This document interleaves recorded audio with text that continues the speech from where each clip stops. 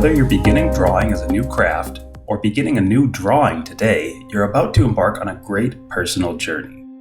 Hi, I'm Taylor Payton, and I run the beginnerdrawingcourse.com. In this video, we're going to talk about how you can best approach beginning drawing or even beginning a drawing, and we're going to run over 8 key tips in that regard.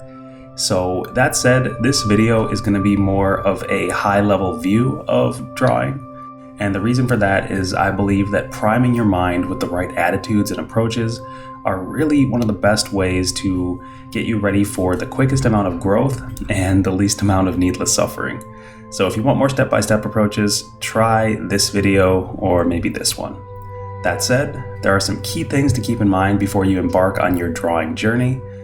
Basically, they are to be as present as you can as much as possible, seek excitement and engagement in the process, ask yourself specific questions, find a balance between progress and perfection. I want you to know also that there is no cheating and that you can spend good time on each piece or project. You can also work on the edge of your abilities and select key basics to apply and anchor your techniques. So I know that you're not going to be able to keep all of these things in mind simultaneously, at least not consciously. The key point here is to ascertain as much of the application of these tips as you can. So in other words, to get them to work for you subconsciously so that you can be thinking about more of your drawing process instead. So let's dive a little deeper into each one, and you can just kind of watch the drawings unfold on screen as we kind of cover these. So being as present as you can as much as possible basically just refers to how often you're tapped into the ideal state for drawing. That basically means directing your mind is not easy, and that is going to affect all of your drawing process, your beginning, your middle, and your end.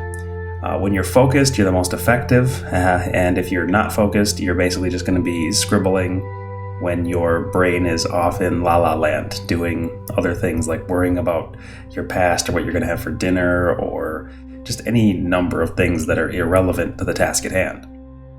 So basically, you want to train yourself to do what is hard, and what is easy is what is rewarded by the brain neurochemically, things like video games and social media. So instead, we want to make drawing the reward. So the more you're focusing and the more you're committing yourself to the process is when you're going to start to see new feelings and thoughts and experiences that are available to you. Your drawing will start to move a little bit, and you can sort of perceive rhythms and energies in the marks that you're making. It's really cool, and it's an effect that only happens when you're focused in. So that's how you can kind of know when you're at that point.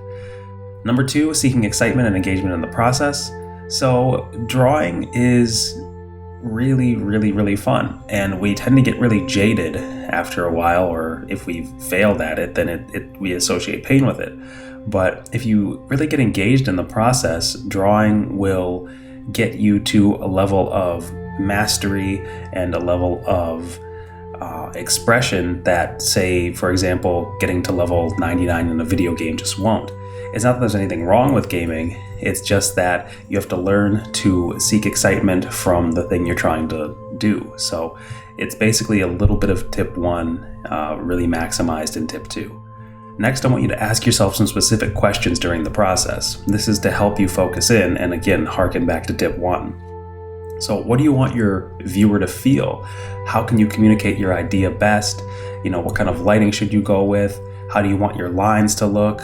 What does the character's body language say? And is it in alignment with what you're trying to say about the character? All of these things are really good ways of refocusing your attention as you're moving forward. Next, I want you to find the balance between progress and perfection.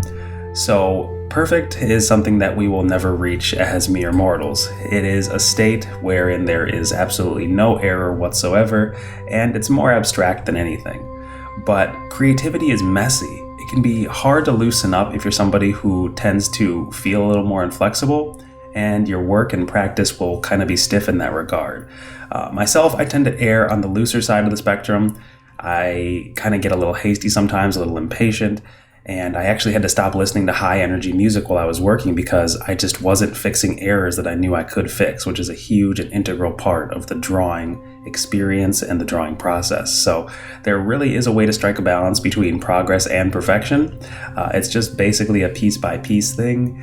When you're working, you just can't be overly perfectionistic, but you also can't be overly hasty and just want to get things done for the sake of progress. So again, it comes back to finding that balance. Next, I want you to know there is no quote-unquote cheating. You can trace, you can use textures, you can use references, tools, 3D. It is all fair game. Don't let anybody stifle your creativity or imbue you with a belief that certain forms of expression are cheating. As long as you're not like stealing from people and plagiarizing their work and passing it off as your own, you can do pretty much what you want to express yourself. Now, I do want to say you want to be careful of crutches that will hold you back more than they will help you. But that being said, it's something that you will definitely feel or know, or somebody will point out to you, much to your chagrin, if you do lean on something a little too hard in your work. So you don't have to worry about it too much, and you can feel free to be very dogmatic about your process if you do want. Some people are really against using 3D in their work, and I understand. And if that's something that has no appeal to you, and if you don't want to use anything 3D as reference, and you have a sort of a purist attitude, just know that it can affect your progress. But if you're going for a certain result and your beliefs are more important to you than your actual ability to execute the thing, then that's just something you have to make peace with. Next, I want you to know that it's good to spend an earnest amount of time with every piece or project. So there are usually two camps of artists, roughly speaking. One is artists who find one thing to work on and rarely sketch. They just work on that one thing, for many, many, many hours. And then the other camp are artists who sketch all the time, but they never really finish their work. They just kind of sketch around a bunch, and there's no solid, planned, very polished pieces. So basically you want to, again, find a middle ground here between, sketching all the time and polishing some of the best stuff. And that will permit you to have both ends of the spectrum, because sketching is great for learning and planning, and polish is great for seeing what you can really do and challenging yourself. So that's pretty much tip number 6. Next, I want you to work on the edge of your abilities. So that's where progress lives. Challenges that are really workable but not overwhelming. I mean, if you've mastered something like a pose of a character standing, you're going to have to keep elaborating on that pose, even if you really like to work with it. You have to switch it up just a little bit.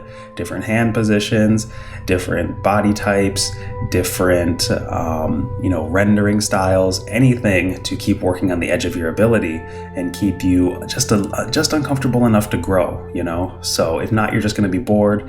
You're going to put the process on autopilot. Mind is going to wander, and tip number 1 is destroyed. So you don't want that to happen. Last but not least, I want you to select key basics to apply and anchor your techniques. So the basics are numerous and varied, more numerous and varied than the scope of this video can cover. However, I do have other videos on the channel if you are interested in learning the basics. I also have the beginner drawing course, 8, 12, and 16-week editions, covering various aspects of the basics in a lesson by lesson style format with assignments. But you really want to understand your basics and to apply them in a very direct way, a very conscious way, so that you have to think about them less when you start to create at a higher level. Because once you get a feel for anatomy, your figures are better. Once you get a feel for perspective, your shapes will relate to each other better and make more sense, have less deformation. And I just encourage finding ways to adopt the basics as your own, but it's perfectly fine to find masters and study them and see how they apply the basics, and then transpose those ideas into your own work. So to sum it all up, you basically have the most helpful tips that I can give anybody beginning their drawing journey, whether it is on a singular piece that you're starting for the day, or you are just picking drawing up as a craft. So take these into account, apply them as best you can moving forward, and you will definitely prime yourself for a great amount of learning, a great amount of joy, and a great amount of self-expression. So if you want more step-by-step stuff on how to get into the nitty-gritty of drawing and some of the fundamentals I kind of touched on in this video, you can check out the description box or the other videos on the channel, particularly the beginner drawing course videos. Those are the longest and most in-depth ones I have on that. Otherwise, I will see you in the next video. Take care and happy drawing.